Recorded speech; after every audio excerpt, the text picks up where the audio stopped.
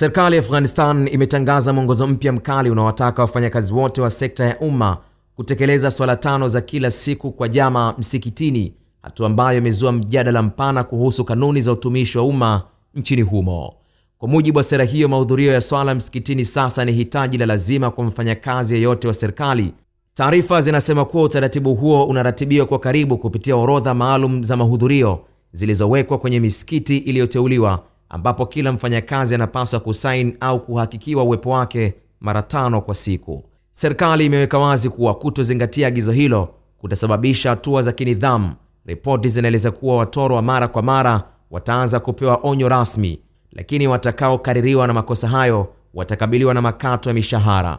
Huko katika jimbo la Badakhshan tayari kumeanza kuripotiwa utekelezaji wa faini za hadi 10% ya mshahara kwa mwezi kwa watumishi wanaokosa swala za jamaa bila sababu za msingi. Utekelezaji wa agizo hili unashikiliwa na Wizara ya Maadili na Uzuri, ambayo ina jukumu la kuhakikisha miongozo yote ya kidini inafuatwa mahali pa kazi. Agizo hili si la kipekee, kwani ni mwendelezo wa mfululizo wa kanuni mpya zinazowataka watumishi wa kiume kufuga ndevu kwa urefu uliopangwa na kuhudhuria vipindi vya lazima vya mafunzo ya dini.